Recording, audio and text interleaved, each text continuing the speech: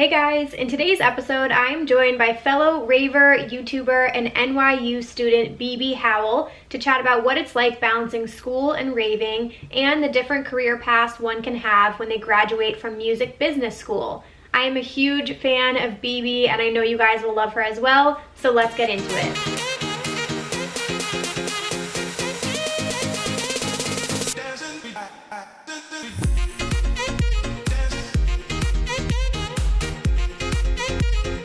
Hey guys, welcome back to Rave Culture Cast, your weekly guide to the EDM community, music festivals, and more. I am your host, Emma Kapotes. Thank you all so much for tuning in. Happy July, you guys. Summer is in full swing and I am so excited. I'm pumped. I love hot weather. I've been enjoying some time relaxing, just hanging out and enjoying myself, getting outside a little bit more, which I know we all want to do. I know we're all feeling a little bit restless, but anyway, I hope you all are staying happy and healthy. Thank you so much for tuning into today's episode. Before we kick things off, I wanted to just say thank you all for being so supportive of the podcast. I have been getting so much incredible feedback lately, and it seems like you guys are enjoying some of the interviews I've been having, so I'm going to keep this thing going and keep having more and more people on. If you have a few seconds today, I would absolutely love it if you would do all the things. Rate and review on iTunes, subscribe, check out my YouTube channel if you guys want to watch any of the interviews. Follow us on Instagram and Twitter at raveculturecast and at Emma Kapotes. And lastly, tell a friend today and make it your Instagram stories. It helps a ton when you guys do that. Tag me, tag at raveculturecast, and I will always reshare that. So thank you for doing all of the things. I really quickly wanted to say this because I didn't get to say it in the last episode, but I wanted to do a quick recap of how our first family Zoom call went because it was incredible. I had so much fun meeting you guys face to face, like putting names to faces and just chatting with you. For any of you who don't know, we had our first Zoom call. At this point, it's almost 2 weeks ago. It was on, oh gosh, Friday, the whatever, I forget now the date, but it was, with our Facebook group fam. So if you guys aren't already a part of that, click the link down below and go join the Facebook group, you guys. It's such an incredible community of people. We've been having tons of conversations about the podcast and just other EDM and festival related topics in general, and you guys will get the first sneak peeks at things. I'm always posting polls and questionnaires, and all of the information for the Zoom call was in there, and that's where I planned it. So it was awesome. We had I think it was 2 hours. It was a Friday night. I mean, it was good just to kick back, have a drink with everyone, talk to you guys, get some feedback. You guys had awesome ideas for future episodes, and I ran a couple surprises by the group that was on that call that only they will know about for the time being until you guys know about them. So I just wanted to say thank you because just hearing your stories and meeting you and talking to you just reminded me why I do all of this, and we truly have the most incredible community. So I just had to say that because this is a family to me, and I truly mean that. So I will hopefully be doing another one this summer. I'm thinking possibly in August, but I will post polls and we will figure out a date and a time so that more people can join the next one. But it was a pretty packed crowd, which was fucking incredible. So I just had to say that. Next, I'm going to get into our listener of the week here. I am completely out of nominations, you guys. I know it's summer and everybody's busy, but send me a DM or an email to raveculturecast@gmail.com, and I will gladly shout out anybody you guys want me to. Usually it's other listeners of the podcast, but it can be anybody. It can be your rave fam, boyfriend, girlfriend, husband, wife, child, whoever that you want to celebrate, and just send me a message as to why we're shouting them out. So this week I picked my own, and this was a special one. So I wanted to shout out Dominic at D_Damo. A lot of people call him Damo. Okay, so first of all, Damo, what an incredible person he is. He's always been in touch with me. He's very supportive of myself, my content, this podcast. Very interactive, always has something to say, and always contributes posts to other Facebook groups I'm in. He's a part of the Lunchbox fam, and he went above and beyond recently. He helped set up an interview for this podcast, for me to interview this incredible DJ duo, the Disco Godfathers, which I actually just had this past week, and it went incredible. They are the nicest, most genuine guys. I cannot wait for you to hear that conversation. It was awesome. So Damo, thank you so much for going out on a limb, contacting them, setting that up. It was really thoughtful and very much appreciated, and everybody will benefit from it because they will all hear that interview. So I just had to shout you out as our listener of the week. Yeah, it's really incredible getting to know you, and I really appreciate your support and appreciate you being a part of this family. So everybody go show some love to @D_Damo, our listener of the week. Okay, I finally have some new upcoming submissions for you guys to write in for, so get excited. I definitely have way more interviews back to back because I'm really enjoying doing those, but you can now start sending in submissions for the new topic. I want to hear your craziest festival stories. This is like the shit you can't make up. Like, what is the craziest thing you've seen or done or been a part of or just witnessed it, whatever. The craziest shit that you've ever seen at a festival. I want to know all the stories. I definitely have some like locked away in my memory that I'm going to be bringing up. It'll just be a really fun episode. Things are going to get a little wild, a little bit not suitable for work, which is totally fine. We like going there on this podcast. So again, for craziest festival stories, email raveculturecast@gmail.com. That's raveculturecast@gmail.com with your submissions. Yeah, and then we're going to be getting into that in a few weeks. So very excited for that topic. All right, let's just jump right into my quick intro to our guest today, and then we're going to get into the conversation because it's a bit of a longer one. But first and foremost, I cannot wait to introduce you guys here to Bebe Howell. Where does my story go back with Bebe? So Bebe was a subscriber to my YouTube channel, and then I had the pleasure of meeting her at Electric Zoo and then EDC Orlando last year. It feels like I've met her way more times than that. I know she's on the East Coast. She goes to school at NYU, which I'm going to talk about. But I guess it's just like when you interact with someone so much, like on a weekly basis, a few times a week, you feel like you know them so well. I'm sure Bebe listening understands. But yeah, I feel like I've met her in person way more times than that. But I'm really excited for you guys to hear the interview here. She is a fellow raver, as I mentioned. She is a YouTuber and a student at NYU studying music business. What else? Bebe, like if you go watch her YouTube videos, I will link her channel down below. Her personality shines through her content. She is like the perfect combination of like super chill but also super sassy, so funny.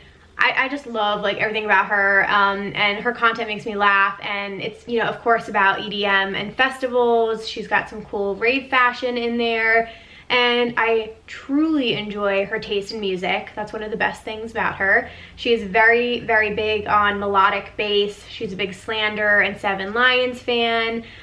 She does these videos where she gives monthly song recommendations on her channel, so definitely go check those out. I always discover some good new music through her. So that's sort of like a feeling for her content. But today we are going to talk a lot about being a student and balancing that with raving and also going to music festivals.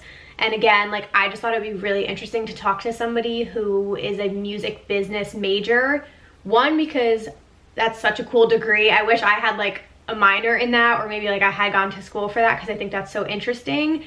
And NYU, obviously incredible school, so, and perfect place to be for music besides LA. So, you know, I have had some requests in the past to talk to college students and talk a little bit more about, you know, how to manage everything. And obviously I haven't been in college for quite a few years, so I thought it would be great to have her on.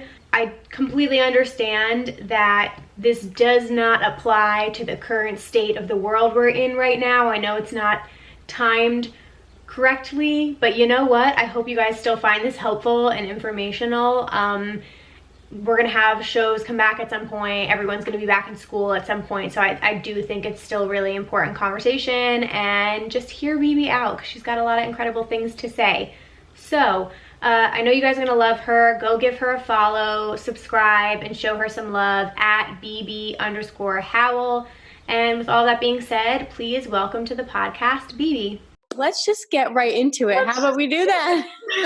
Okay, welcome to the podcast. I am so happy to have you here. This is way overdue. So welcome. And to kick things off, I would just love to do a quick intro to you. So, the usual awkward introduction. Where are you from? How old you are? What you do? And when did you get into the festival scene? Yeah, so I'm Bebe. I'm 21. I'm originally from New Jersey. That's where I grew up mostly, but I live in New York City now because I go to NYU. I study music business and I started festival going actually 2 years as of yesterday because I got the Snapchat memories from Gov Ball 2018. Aww. So I was like, That's wow, awesome. it's my 2-year festival anniversary. But yeah, I started going to festivals then and I have not stopped since. Nice. Yeah, I feel like that's a good local one to like get your feet wet and sort of like check out how everything's going to be. Cause it's pretty tame, but mixed genre. So you get a little bit of everything, but definitely skews on the younger side. Oh yeah. Oh yeah. It's a little rowdy. Yeah. Okay. I definitely want to ask you some questions today about what you're studying because I had some requests in the past too, to talk to people who are students and who like rave and go to festivals. Obviously, given the situation, it's a little different because no one's in school. It's about to be summer, but I still think you could speak to that experience a little bit. But, also want to talk about your YouTube channel. So, content creator here. You got lots of things going on, girl. I got a lot. A lot of different areas. Yeah, we got a lot to go over. But how has quarantine been so far for you? It's been interesting. I was abroad this semester, so I was supposed to be in Europe until May, but here we are back at my parents' house for the past 2 months. Oh man, yeah.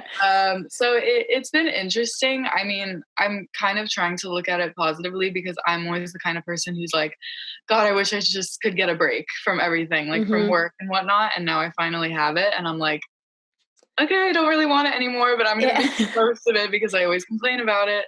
So it's been fine. I've been finding like new hobbies and things to do. I always complain that, like, for example, I don't have enough time to read. So now I have time to read and do things like that. So it's not like the worst thing in the world, but I do miss New York and I miss my friends and I miss festivals. So yeah, I know. It's so tough. And yeah, you actually were going to have like a pretty busy semester. Was this your last, no, how many more years of school do you have left? I'm graduating in December. So this was my second. Okay. So you were going to do the full semester sort of doing like, well, where were you based out of? So I was based in London and I was just going to travel everywhere, but. Yeah, I know. I'm like, I don't want to like go in on you, but you were going to do Tomorrowland Winter, which hopefully you'll get to go do that at one day. Cause that's one like that I don't think has been covered that much since it's so new. I know. I was super excited to go to it, honestly, because like no one has really, I feel like it's not really one that a lot of Americans go to. It's very much a European type festival. So I was super excited. My flight back to America was literally like 3 days before it was supposed to happen. So I was heartbroken, but it's such a cool festival. I definitely want to do it in the future. Like I'd go back to do it. So yeah, I know. I was going to say, we will be able to travel one day. Like you're so young, you will definitely get to do like all of these things, but it doesn't change the fact that like it totally changed your plans in your life and like what's going on, like as it's affected everybody, which is crazy. But I'm glad you got out of there before you would have been permanently stuck. I mean, I got home like 2-3 days before the travel ban happened. So I got so lucky. Thank God. Jeez. Well, talk to me a little bit about what you're in school for. Cause I think this is such a cool degree. And I'm curious, like what made you want to go into like NYU for that? Yeah, I have always known that I wanted to work in the music industry. It's just like the one thing I've been consistently passionate about, like over many, many years. And like I grew up a musician, so I was always super interested in like the business side of it. And like my dad was in the industry when he was around my age, so I always hear his stories and like I'm just so intrigued by it all. So when I found like music business school is still a very like new concept and it's starting to become like a big thing, even though like the program at NYU has been around for a while, like now people are really starting to use it and take advantage of it. So when I found out that NYU had a music business program, like I immediately, that was my top school. That was my top choice, especially just like being in New York for college, and like it's such a hub for the industry. I just knew that it was like the right place to be. So yeah, I started in 2017. I just finished my junior year, and it's basically business school, but also you have to take a little bit of music training just because I feel like it helps you relate to artists more and kind of like speak their language, if that makes sense. So you have business school, you take the music classes, and then you actually take like specialization courses. So you have like concert management, music publishing, international music business, like music in the media. So you just learn like basically every facet of the industry, because you would think it's already a very niche degree, like music business, but there are so many things you can do in the music industry. Like you can go into management, you can go into A&R, publishing, like touring. There's so many different things you can do. So they basically just train us to understand every aspect of it and then become really versatile. And then through the 4 years, you kind of just narrow down what you want your focus to be. And then you start interning, and, you know, you just kind of figure out what path you want to go down. And everyone does something different too. Like so many of my friends are doing such different things. Like I have friends who work at the major labels. I have friends who are just working at like boutique agencies in New York and like booking at small venues in New York. Like everyone has their one thing that they really want to do, which is, it's really cool. Everyone's super passionate. Yeah, that's so interesting. Yeah, when you say that, I mean, I think that degree is fascinating. One of my best friends went into communication, but she wanted to do that degree. And it is interesting. You don't think about like all the aspects that are like completely different. Like you just mentioned booking artists. I like completely forgot about that versus like being a tour manager or being a personal assistant. And then would they cover event production, like working for festivals too, or is that totally separate? Festivals, not so much. I did take concert management, and our final project was we had to book a show in New York. We had to venues and book an artist to play somewhere. So that is like a whole other, it's live music is like a whole other playing field area. Yeah. And I feel like festivals, we do learn a little bit about. One of our professors was like very involved in festivals and touring when he was big in the industry. So I took a couple of his classes, learned about it through there, but I think it's going to become something that's like more focused. Like there's definitely courses on festivals because now it's such a huge market and it just grows and grows and grows. So I think that there will be more on it, but for now, like I just learned basic concert management. I wish I had a class all about festivals. That would be awesome. But I guess you're getting your fix on the side too. Exactly. So that's good. Yeah. Wait, so what excites you the most? Do you have you narrowed it down a little bit, or do you like a little of everything? So I did a lot of internships and work in digital marketing, and I enjoyed that. But I always found that like with one internship I had, I always loved doing the electronic clients the most. Like I loved working on those projects the most. And I was like, okay, if I put that much energy into that, and like EDM is what I followed so closely, and I just love the genre so much, then like I need to do something in EDM. So now I'm at the point where I'm sort of like narrowing down what I can do within the dance music industry. So I've just been like talking to a lot of people, and obviously right now is such a weird time, and like festivals and event production to do with EDM, like that's kind of out the window as far as opportunities go. But I've just been like reaching out to a lot of people. Music industry is a lot like who you know. So I have a lot of like mutuals that I've talked to and just been like, hey, can I pick your brain and like learn about what you do? Right. And I've gotten a lot of insight. And there really is so much that you can do within dance music, whether it be like label management or like publishing, or you can go into live. So I think at the end of the day, like I really am interested in festivals and live event production, but at the same time, I really am interested in A&R, which stands for Artists and Repertoire. It's basically you help discover new artists and like bring them opportunities and build their brand and basically like oversee the development of their career. And I feel like I would enjoy that because I love discovering like smaller artists just on an everyday basis anyways. And I'm super excited when they start to gain traction. So I feel like that would be something that I'd love to do. That's awesome. Yeah, I know. I love your, I just was watching your May playlist video yesterday and I was like writing down some of the songs that you were recommending. I was like, this is so good. You mentioned, I think it was a melodic, bass producer out of like somebody, I think you said went to NYU, Shanghai or something like that. Yeah. It's crazy. This is why I love Twitter. Like I get so many DMs all the time. They're like, you go to NYU, I go to NYU, or I live in New York. And this guy reached out to me and he was like, yeah, I saw NYU music biz in your bio. Like I'm in the same program, but I'm at the Shanghai campus and like I make music, like here it is. And I checked it out and it was just so cool. Like there's all these little producers that you don't know about. It's awesome. Well, and that, I mean, you definitely, obviously like 1 year in New York and 2 NYU, which like obviously looks so great on your resume, but that definitely is going to open so many doors for you as well. Like in the business, like how big are your classes normally? It depends. For the music business one specifically, the program's so small. So the classes are okay. Like 20 people, 25 people.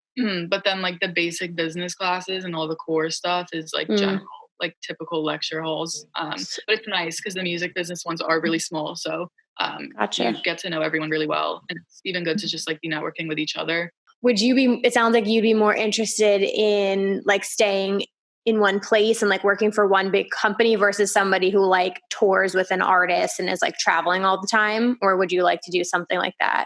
I'm sort of open to anything at this point. Like I love traveling. So I would love to go on tour and experience that at some point, just because I think it's a really interesting experience and a lot can be learned from it. But I definitely will be in a city. Like for music business, the only places we can really live and work are New York, LA, and Nashville. Maybe Miami if you're doing like dance music or Latin music. But I'm kind of like, those are your options and that's it. Right. I was going to ask you about LA too. Like if that's been on your radar, or you're a big New York person. It's so hard because like, New York, it's just such a culture that like you love it, but you hate it. But as soon as you leave it, you got to go back to it. Like every time I've gone somewhere else or visited other cities, I'm like, okay, this is cool, but I miss New York. I got to go back. But it's tough because LA is where majority of dance music is. And I've had a lot of people tell me, like, if you want to do EDM, you have to move to LA. And I definitely see that. Like, it is more prevalent there than it is here. But it's so hard. I'm like, I'm such a New Yorker at heart that, like, I can't. The thought of living in LA honestly kind of scares the shit out of me. Like, people scare me sometimes. I mean, I guess I feel the same way. Like, if you're from around here, I think it just feels like more foreign to us because we're used to like the fast pace of everything. But I was also going to say, I've had friends who have like moved places and like lived in Miami for 2 years and came back here. And like, you know, I know other friends who went out there and stayed out there. So, I mean, you're so young in your career, you never know what it'll take you and you can always go to an opportunity and you can always come back too. So, you know. Yeah. I always say, my friends say the same thing. They're like, we know no matter where you go, you're going to end up back in New York. I was like, you're probably right. Yeah. I mean, and like best of both worlds is to get something that like allows you maybe to go to like a couple places and travel as a part of your job, which would be really cool. So that would be awesome. Awesome. You're in the right industry and you get to have friggin' Zoom calls where Post Malone pops in.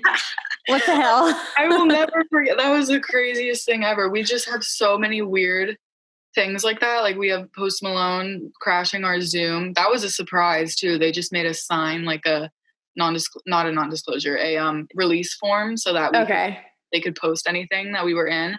No pun intended. That's so funny. And,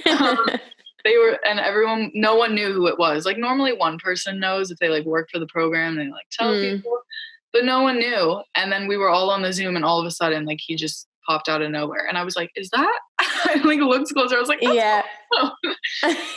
I would freak out, especially because it's like video. So it's almost like obviously you're talking to someone, but there is this like a little bit of disconnect. So I think I would be like, I'm sorry, what? What the fuck? You should have seen someone recorded the Zoom and like they sent it out to all of us and I watched back and you just watched everyone's jaw just drop. It's the funniest thing ever. That's so cool. Wait, so have you done, I think you said you did some internships. Do you have to do any more? Or are you pretty good?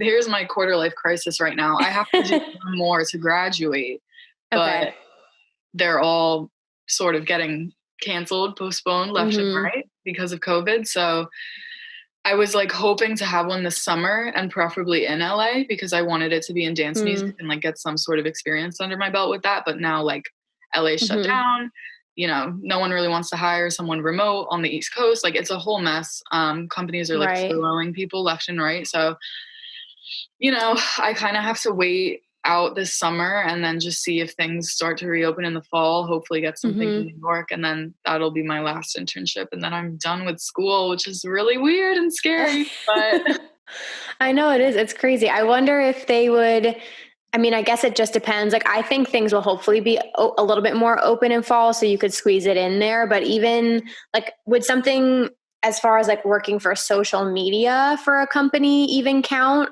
Like if it's music related?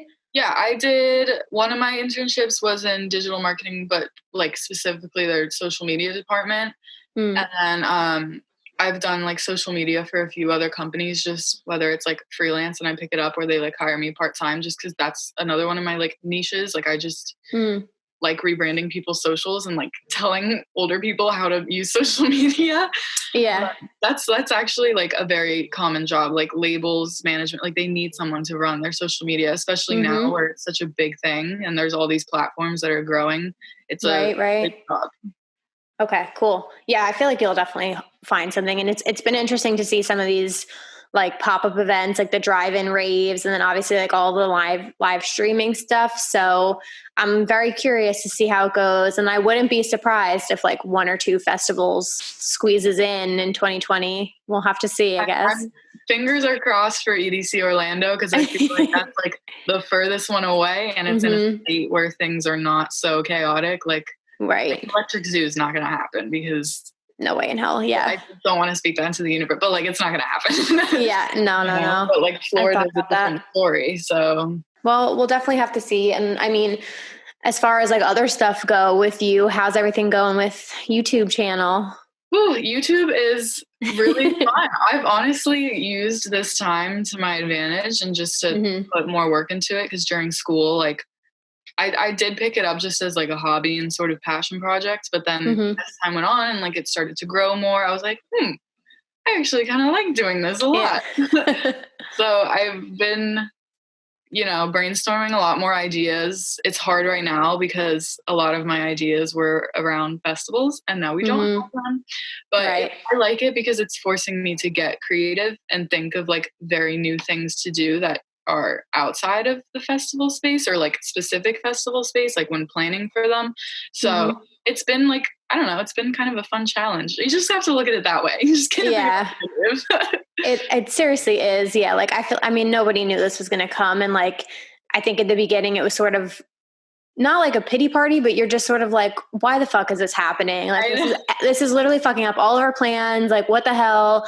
And like, as a content producer, you have to completely rethink about everything. And now that time has gone on, it's more than just like a short period of time. It's like, okay, how do you keep your channel alive? How do you still be creative? How do you still have fun with it?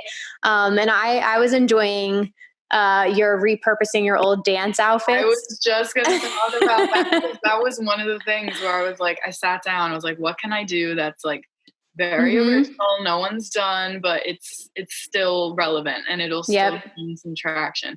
And I was like decluttering my closet because that's been one of my favorite things to do during this time.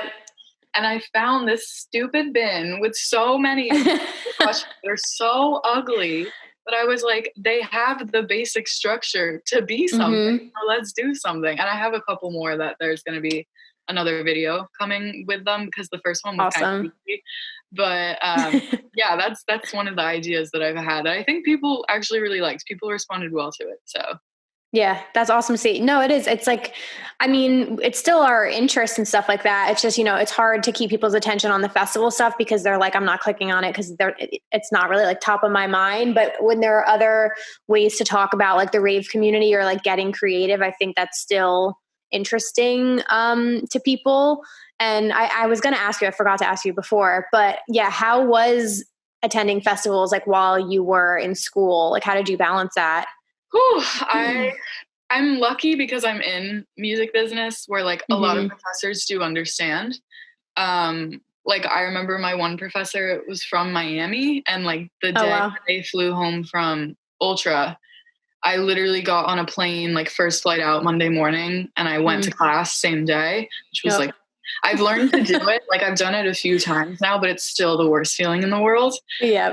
But I remember I literally walked in, I had like glitter all over my face. And in any other class, you'd probably get in trouble if you walked in late with like all this fucking shit on your face. But he was like, yeah. And so he was like, I know where you're coming from. Like, you're good. Like a lot of them are lenient with that. And like, yeah, I'm really lucky where I'm able to like email my professors and say, hey, like I can't come to class this Thursday. I'm actually going to this festival and like yada, yada, yada. I make content about it, etc. And they're like, oh my God, have fun. Like, that's awesome. I'm definitely really lucky, but I think fall semester was like the busiest that it got. And I definitely had to learn to balance things. Like there was one week where I did EDC Orlando, and again, first flight out Monday morning, tragic. Oh man. Work at 9, worked until I think it was like 2 or 3, and then went to class from like 3 to 6. And I got home, I was like, I want to die. Yeah. I literally, that was Monday, and then I had Tuesday, Wednesday of work, and then Thursday I had to fly to Atlanta because my professor was taking us to this festival that she booked, and she wanted us to my God. behind the scenes. So I literally did EDC and then had 2 days back in New York, and then had to fly to Atlanta and do a whole other. Jeez. Ooh, but that's when I learned like time.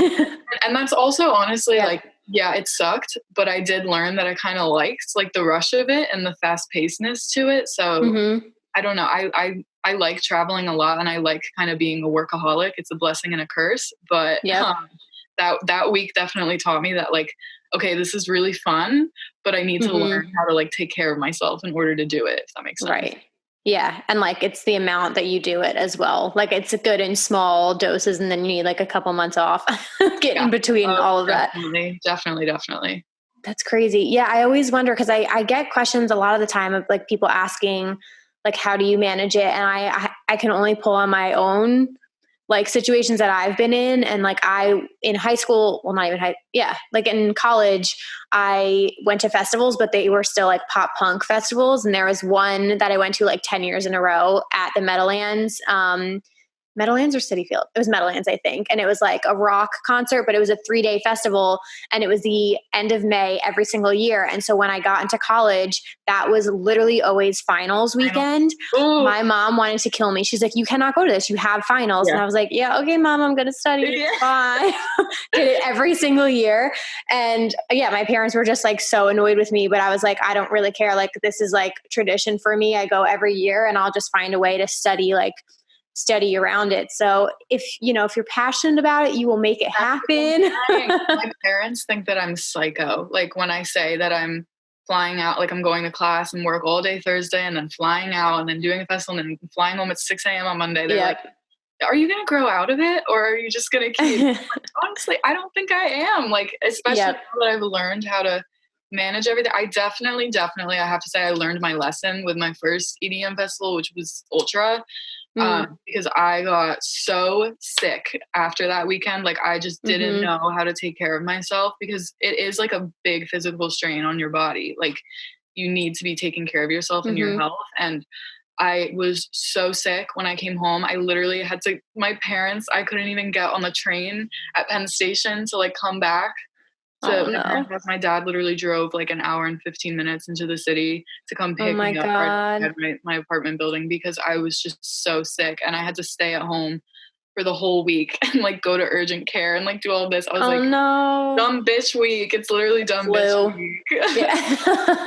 But it's true. Yeah. Everyone has to go through it. Like it's different every time. Like as I've gotten older, like I can't do that as much anymore, because this past year I did it for 2 festivals. I flew back and went straight to work, and like literally never again. Like don't recommend it. 10 out of 10, do not do that. But for bigger festivals, like I had always done this pretty much since the beginning for EDC Las Vegas every year. I always take off at least the day after, if not 2 days after, if you can get away with that. But it's just such a big toll on your body. And that one in particular just fucks your sleep pattern up so badly. Like you really need the days. So we would always stay until Tuesday. and we would sleep all day Monday. And then if we felt up to it, we would go out Monday. I think we only did that once or twice out of the 5 years. The last 3 years we did not go out, but like we enjoyed Vegas and like went and did other things. And then Tuesday you're more recovered and you can fly home. So I always like recommend doing that. And maybe if it's a smaller local festival, you'll probably be fine. But if you're flying anywhere, don't recommend going straight to school or work. It's so hard because so many of them, like being from New York, New Jersey, we have to fly to most of them. Like all we got is the zoo, man. Like you can, I drove down to Moonrise last year, but like, that's all we got. Everywhere else we got to fly. And yet like a lot of my friends live in Miami. So like for Ultra and EC Orlando, like they just drove home and like could sleep in their own beds. Yeah. Like, can't relate. I know it must be so nice, but what can we expect from you, like content wise, coming up on the YouTube channel? Like I think you mentioned before, other hobbies outside of raving. Would you ever do anything else, or do you think you'd keep it pretty? I've been really into shuffling lately. I'm trying to figure out how I can sort of work that into content because I all my friends have been like texting me. They're like, "How the fuck did you learn? Like, what are you watching?" And I'm like, honestly, I don't know. Like I've just been watching a lot of videos. So now I'm like, well, maybe I could make my own video, like explaining like the tips that I've had. So I want to sort of incorporate shuffling in a way. And then I am trying to focus a little bit more on my blog just because at the end of the day, like I love everything to do with rave culture, like the fashion festivals, everything. But at the end of the day, like I always want my content to be about the music. So I'm like coming up with a lot of new series to do on the blog. Like every week I've started doing like new music Friday picks and I like link all the songs that I liked best that day. And like I do up and coming artist posts. Like I did one for Trivecta a little while ago and now he's like really grown. So shout out. But yeah, I like focusing on the music and like sharing that with people. And I would love to do some sort of like, my friends call me the walking encyclopedia of EDM because there's just so many subgenres that I feel like you don't know unless you're like so deep into this. And so I would love to do like some sort of content about like breaking down the genres, but like, from experience, like people will tear each other to shreds defending the subgenres. And I'm like, what?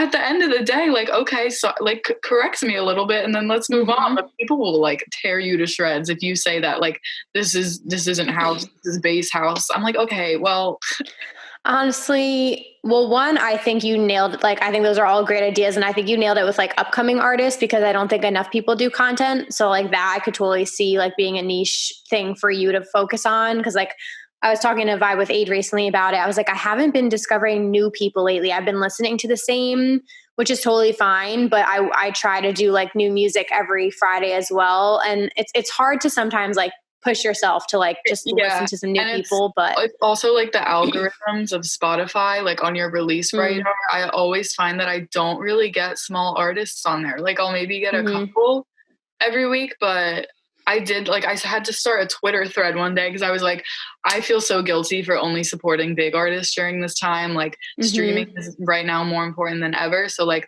let's start a thread, like draw me all your favorite small artists and genre. I just want to find new people.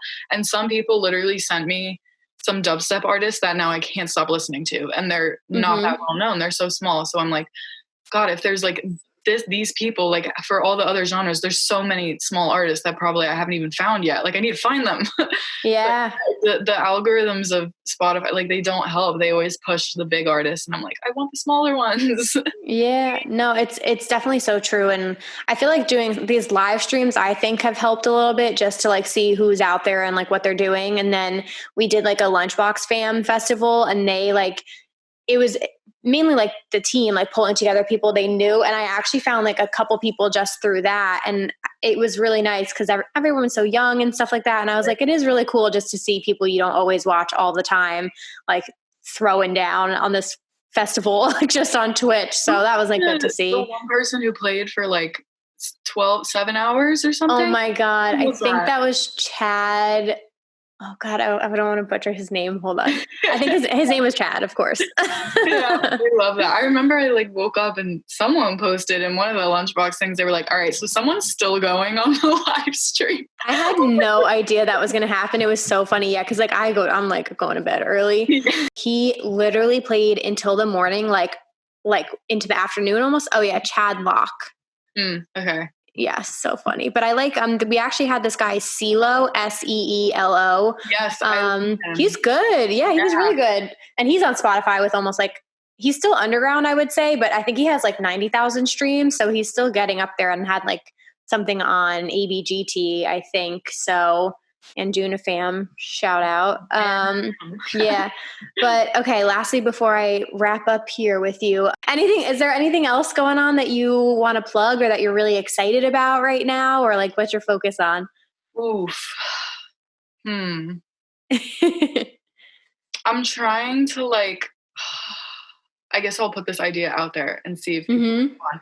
I really want to put something on my blog, like some sort of page where it's submissions and any artist can submit their music, or any person can submit an artist that they really like and they've been listening to. So I would love to get that feature going, because I feel like that's also a good way to highlight small artists. Yeah. And I want to definitely, I love my YouTube to death. It's literally my passion project, but like, I'm really trying to focus on my blog right now. Not only because I feel like it's a better platform for talking about music. Well, that's debatable, but I also feel like it's been honestly useful for me in like conversations and getting jobs, which I never really thought about. But like I recently applied to a job, and I had my friends like in the music business program look over my resume and like my cover letter and stuff, and they were like, why aren't you talking about your blog or your YouTube? Like it was for an EDM position too. And they were like, why would you not put any of that on there? And I was like, I don't know. Cause I'm just like professional enough to put in a job application. I don't know, but do it. Yeah, I did. And it was a conversation on the call that I had with the person. But yeah, I've just been really focusing, I think, on rebranding my blog. So if anyone wants to go check that out, except that it's down right now because I'm fighting with the domain server.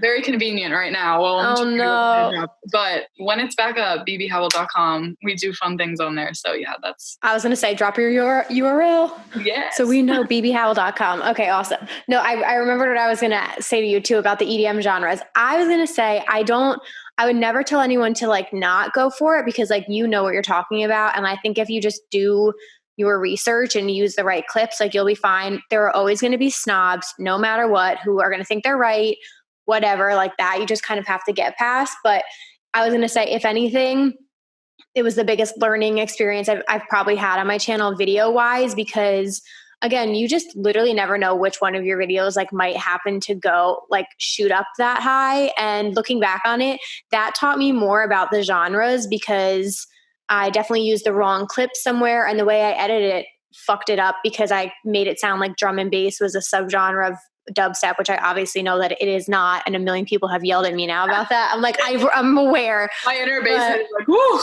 Yeah, like I edited it wrong, but at the same time, like it in the past year it's been out has just propelled me to like learn so much more about subgenres. So I always talk about like maybe dabbling with a part 2, but you just really, I mean, I think it's just one of those things you'd really have to do the research beforehand. You have to do a lot of research, and I do think you do just have to go for it, because there are always people who are going to be ruthless on the internet. I remember someone commented on one of my lineup videos, and YouTube literally flagged it and took it down because it was so mean.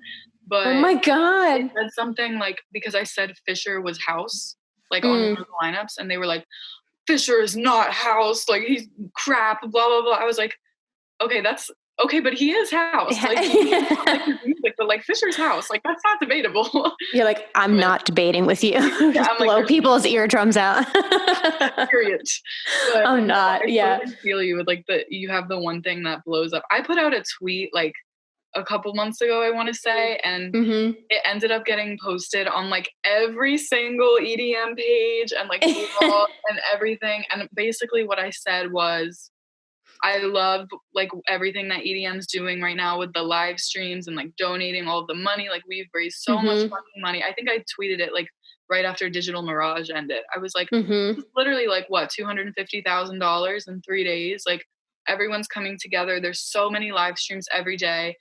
And I put a little, you know, at the end, I was like, I don't see any other genre going this hard. And I just, you know, and people, oh God, it blew up. And I had so many people ripping it to like people were in the comments. They were like, well, Garth Brooks had a country stream the other night and it broke. Oh the my internet. God. I'm like, okay, people were like, well, you just don't listen to other genres of music. And I'm like, oh my God. Well, I'm in school for this, so I'm forced to pay attention to everything. Like the only person in the program who is like EDM only. So I'm forced to like be aware of every other genre. So yes, I do see all of them. But people were like, oh my God, like all these EDM kids, like get off your high horse, blah, blah, blah. But like, I know every genre like is doing something, but I'm just saying, I think we're going the hardest. Like there's like this master list of live streams on some link on a website somewhere. And there was one day where I was scrolling through them and there was like, I don't know, like 60 artists playing that night. Yeah. Stream. I was like, you can't tell me that we're not doing the most. Like, yeah. No, we are. We definitely are. I completely agree with you. And like, listen, the EDM community lends itself to this. Hello, like they're DJing. So it's right. And I get arguably one of the easiest things to set up. Some go above and beyond with their setups, but like, yeah, of course, if you're not going to put together a whole fucking band or something like that takes way more time. And I mean, how much could like Ariana Grande or like a pop singer really get on and do a live stream? Like they're just at such another level of notoriety that like, I don't think they'll be just popping in every now on Twitch to do that. So we're lucky that this is the genre that we're into. Yeah. And people were like, oh God, it literally like, I woke up, I don't have my Twitter notifications on and I woke up and it had like 3,000 likes and it just kept going up and up. I was like, okay, this isn't going to be good. Oh no. Like when things go to normie Twitter, it gets bad. Yeah. But I get like same thing. I learned from that, even though I still stand by this statement. But yeah, I just think all the live streams, to speak on that quickly, like it really does show how much I think we all care about the music, like at its core, because all these artists just will hop on like for an hour on Instagram. Like Subtronics is doing that a lot. Seven Lions is doing so many. Like they just want to play. Like I don't know. I love seeing how everyone's coming together on it. And like the Insomniac live streams, it's like every single one they do, it just gets more and more well produced. Like the Vegas one, when they showed the setup with like all of the lights and the lasers, I was like, y'all snapped. I'm not gonna lie. Like it keeps the getting stages better. I hope they do Electric Forest. I really hope we have one that weekend. That would be awesome. And it would be cool to see some of the artists that were on that lineup play. I would love that. But yeah, no, we're very lucky we have everything going on, and it'll just be interesting to see how it continues. And like once shows return, like if any people will continue, because I know their schedules were originally so busy, but I've been enjoying them. I like getting some new music out there. It's fun. Yeah, I've been liking the live streams. There's a lot of small artists playing them too, which has been like Digital Mirage. There was so many, and so many people didn't know Nurko, and then Nurko played, and I just was refreshing. Blew up. Yeah, I was refreshing my Twitter feed, and everyone's like, "Who the fuck is this? Like, who's Nurko?" And I was like, "Yes! Like, y'all been speaking on him for so long. Like, he's so good." So I'm glad that a lot of them are like gaining him, and like Trivecta too with the Ophelia streams. It's been really awesome to see. Yeah, it's cool. I love Gesture too. He's just one of my favorite people to watch because he's so entertaining and so fun. And like Insomniac has been putting him on so many of their streams, and it's like been awesome to see that. I know. Yeah, I saw him on a recent. Was it EDC? That he was on? EDC. Yeah, I remember I watched that one. I was like, damn, he's really fun. And I remember that he was on the podcast. I was like, that's so cool. He's so entertaining. I like any kind of like artist that's just going to play a whole bunch of mashups and just like wants it to be a fun ass time. Like I can't wait to see him live one day. I haven't been able to see that. So it's going to be such a good set.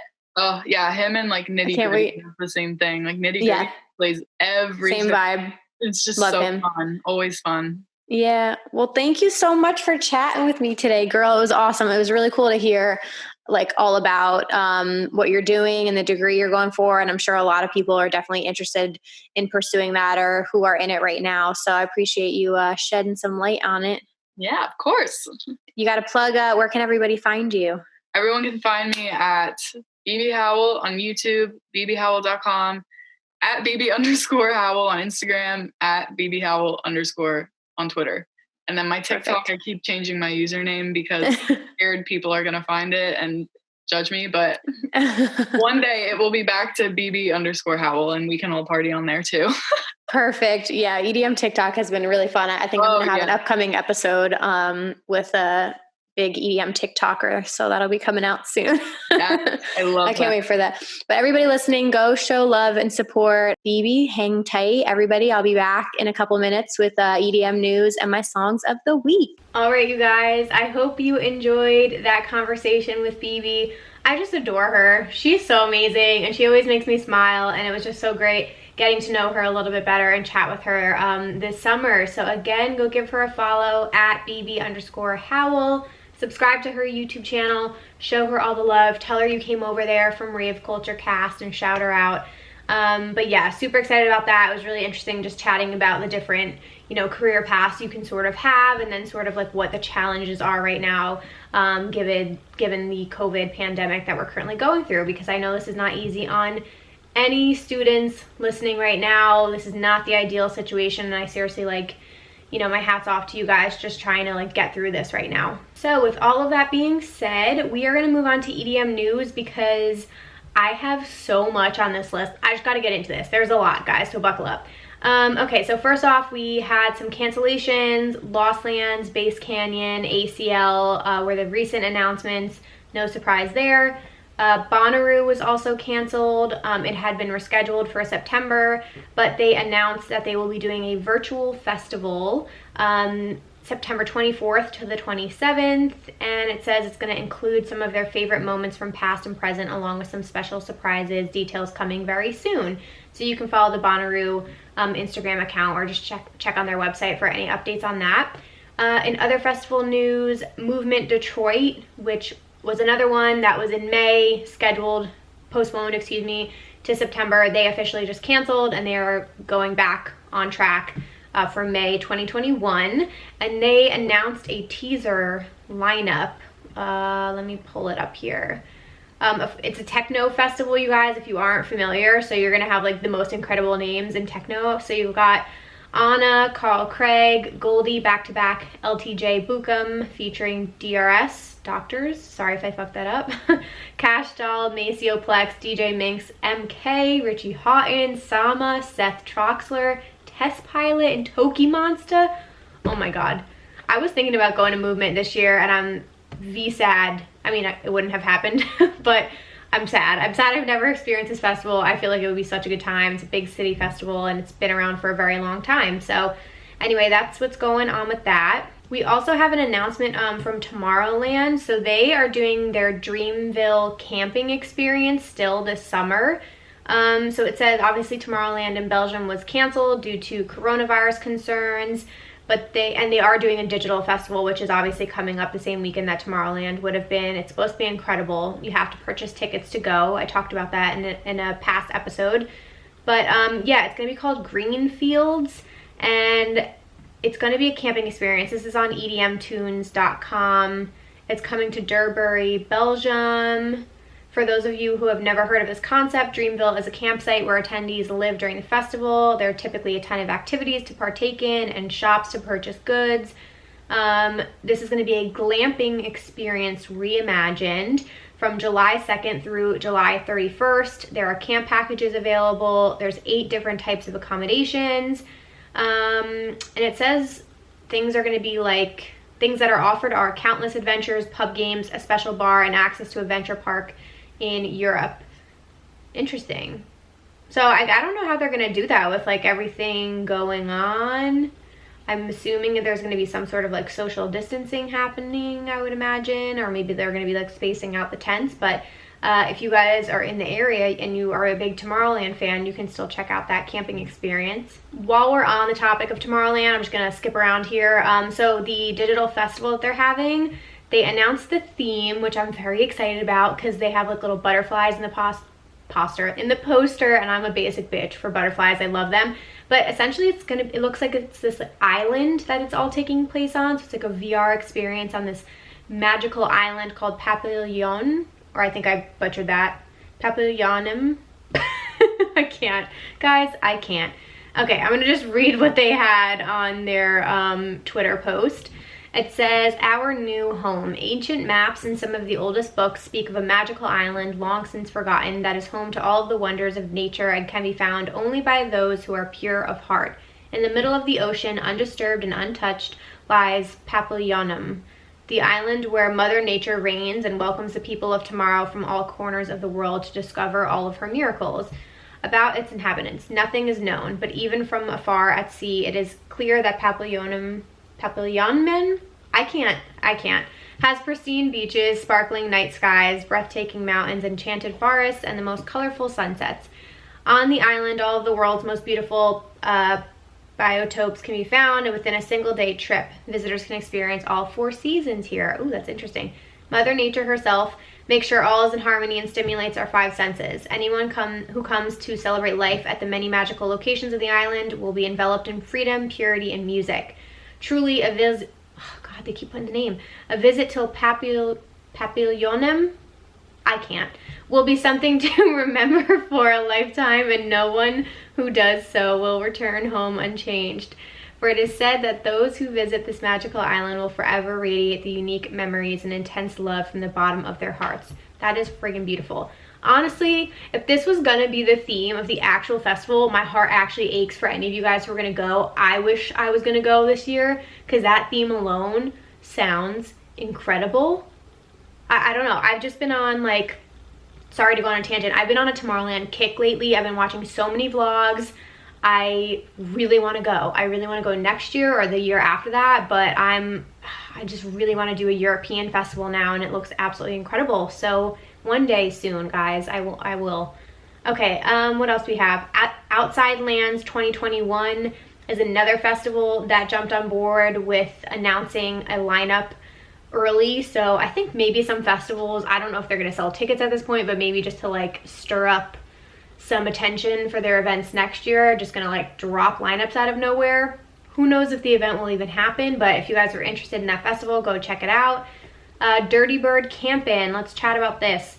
So this event is happening, it says September 4th to the 7th. I could be wrong. I thought it was postponed to December, but I guess I'm wrong. But anyway, they posted some graphics on their Instagram account. Yeah, it's September 4th to the 7th in Orlando, Florida. So they have all of these guidelines for like health and safety now to, I guess, make sure that the event can happen and follow all the rules and restrictions that the state currently has in place. Who knows what will happen, because if cases keep going up in Florida, I wouldn't be surprised if this gets postponed. But anyway, face coverings are required, temperature checks are required, it's going to be limited capacity, hand sanitizers are encouraged, obviously wash your hands. It's a cashless event, so you're going to have wristbands to pay, and then it says there are going to be floor markings and social distancing encouraged. I mean, at this point, it's all a guess. Who knows if that will work? I would not feel comfortable going to an event at this point, especially something that large of a scale. In my humble opinion, the sooner we take this seriously and social distance and stay home, the sooner we'll be able to have things opening up and events coming back. It's just, I don't know. I think this is just getting worse and worse and no one's really paying attention. But anyway, that's just my humble opinion. Okay, some other news here. Sorry guys, we have a lot. This is just was a little like back and forth. I don't think it was really anything big. The internet blows everything out of proportion. But Slander tweeted basically that they were going to be doing a melodic bass festival, that they wanted it to be the theme of outer space, and they wanted like their fans and people on Twitter to help them book artists for it. So like leave any suggestions that you guys would have. And then they tweeted after that, to every promoter thinking about copying our idea, we will always have this receipt. And then Seven Lions tweeted, "This is funny to me," which go Seven Lions, I think that's hysterical. So there was just like a little back and forth. I don't know. I think it was a little friendly banter. I would assume they're friends, but maybe maybe I'm wrong and they're not. So then Slander was like, "This seems to imply that you're planning your own festival. That's awesome news. The scene needs more artist-based festivals. If you want to co-headline ours, we will co-headline yours.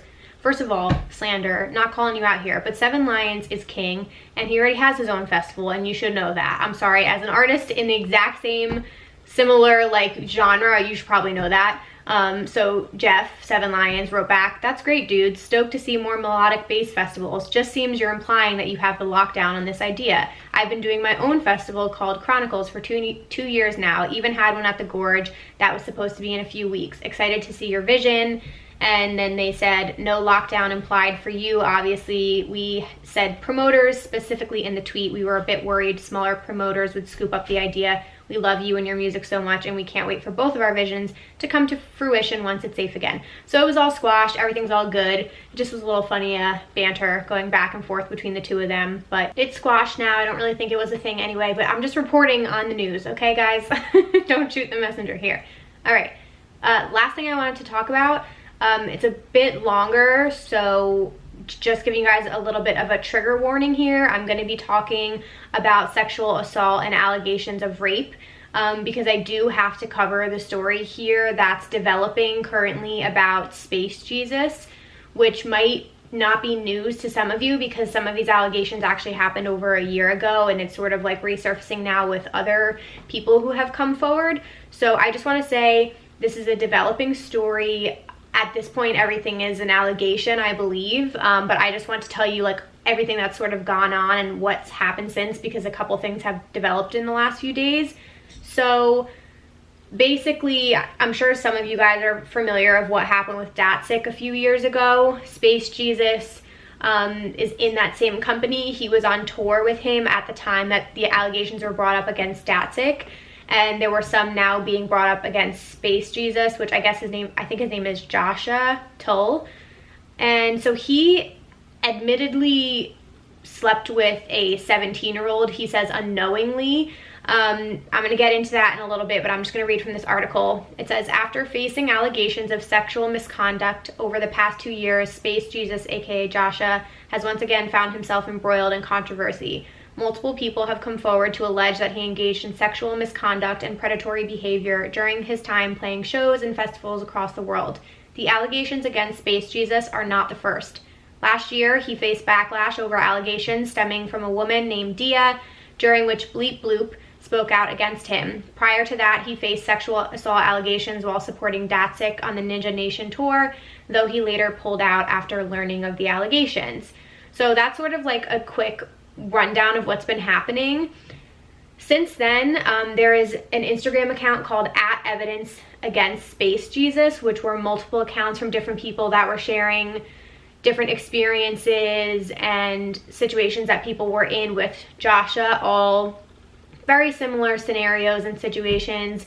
The gist of what was being said is that he was essentially feeding people drugs and alcohol to purposely get these women fucked up. There were a lot of accusations of him hooking up with underage girls. And then since then, we've come to learn that there's more people coming forward with their experiences with this particular artist. And some of those allegations include statutory rape, forcing girls to have sex in front of his friends, harassment, assault, and more. One of the most incriminating, well, actually since then I should say, Space Jesus actually has released a statement now at this point. It was a 3-page PDF response. This shit was so long, you can still read it.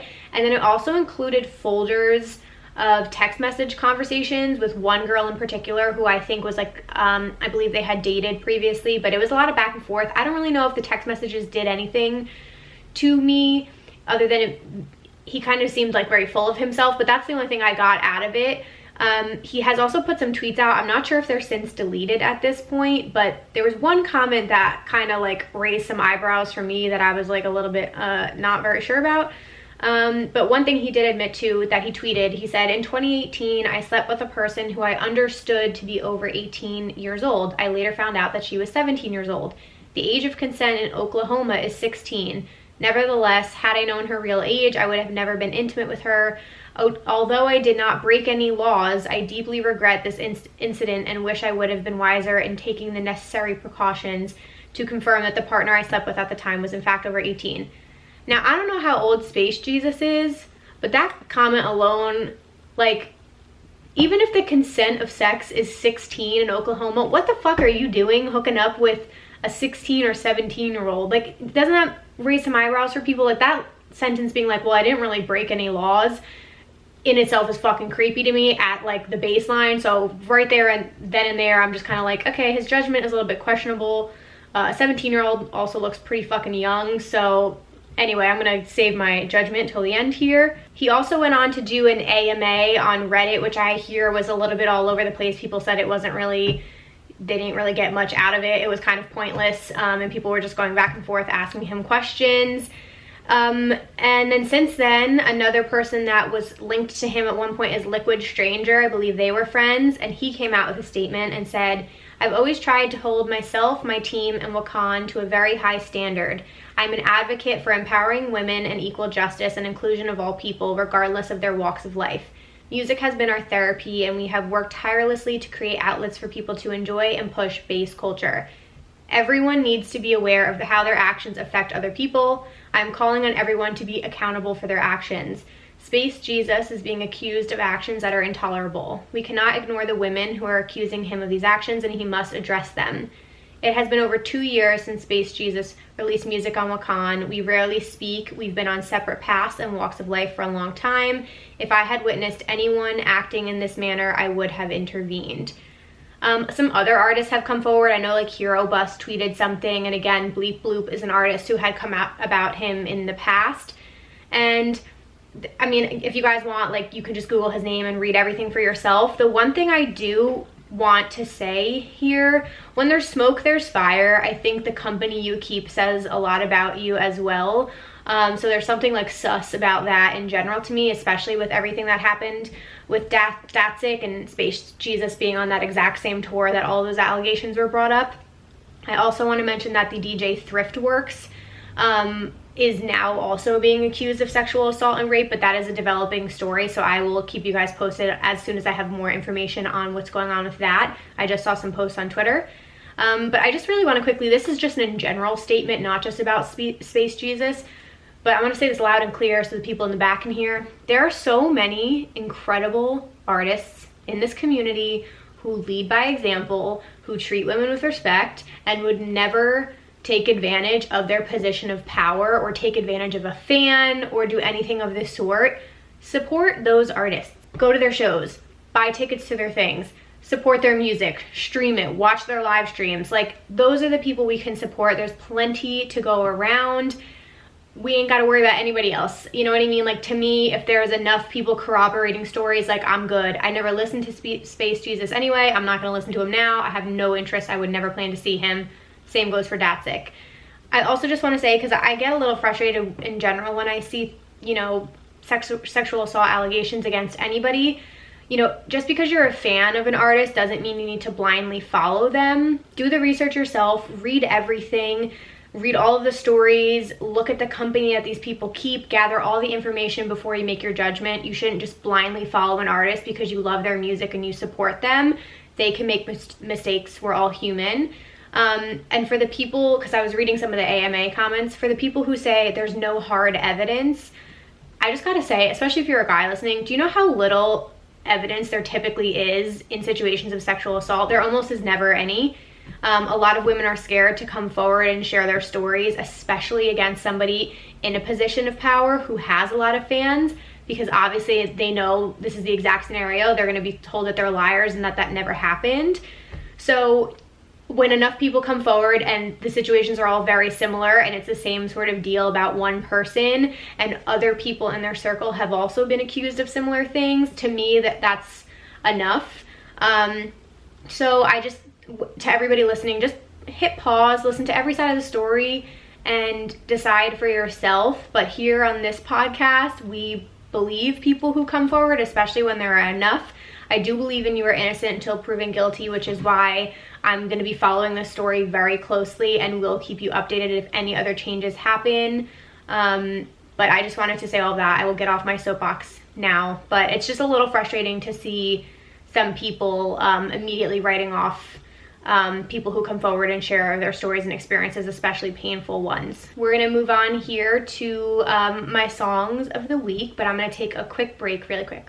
Alrighty, you guys, here we go. We're gonna end off the podcast on a positive note. I have so many good song recommendations this week. Again, if you guys are not familiar, every Friday morning I add to my Spotify playlist, New Music Friday.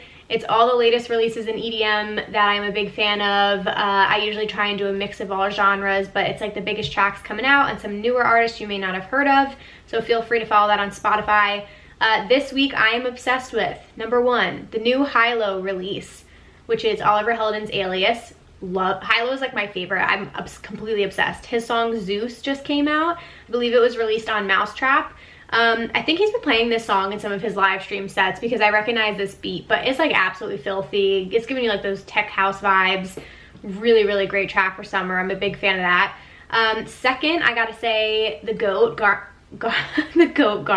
the GOAT, Armin van Buuren, his song Hollow. The second drop in that song is so fucking good. Like such a great, just such a great track in general. It gets me hype. It's one of those songs that like I cannot wait to hear finally one day live. So again, Hollow by Armin van Buuren. Third, I gotta shout out Sonny Fodera and Dom Dalla, which you know is gonna be an incredible house track. Their new song Moving Blind, you guys, filthy, like filthy, dirty house. Like it's just so good. I want to hear that in like a club, in a dark club, in a sweaty environment. It's amazing. It's a great song to shuffle to. So again, Dom Dalla and Sonny Fodera, Moving Blind. And then last, I can't talk today, guys. It's been a very long day. I'm sorry. I'm like getting hot. The air conditioning isn't on. Lastly, the song Blackout. It's not a new release, but I'm a big fan recently. It's by the Disco Godfathers. Again, they are an upcoming guest on the podcast, a Canadian duo. Super incredible kind of bass house kind of vibe, but they also do a little bit of everything. You guys will meet them in a few weeks. They do a little dubstep and rhythm as well, but big fan. They're the nicest guys, so I really want to show them some support. So go follow the Disco Godfathers and tell them you guys came over from Rave Culture Cast and specifically listen to the song Blackout. Big fan of that one. So you guys, we made it to the end of the episode here. I know we covered a ton, but I really, really appreciate you sticking with me. I know we had a long EDM news segment, but thank you all for hearing me out and for listening to some of the tough topics because we got to cover them. But I appreciate you guys being here. If you could rate and review on iTunes, anyone who writes a review, thank you so much. It makes a huge difference. It helps people discover the podcast, so thank you for doing that. Go ahead and subscribe on my YouTube channel, Emma Kapotes. Follow us on Instagram and Twitter at raveculturecast and at Emma Kapotes. And of course, you guys, lastly, join the Facebook group. It's an incredible community. Get to meet other Rave Culture Cast fam members, and we've got some exciting announcements coming out this summer that I'm currently working on. Oh, and don't forget to tell a friend and tag us in your Instagram stories. I see all you new people popping up tagging me, and I really, really appreciate the love. So that's all I've got for you guys. Stay happy and healthy, and I will be back next Wednesday with a new episode. Bye, guys.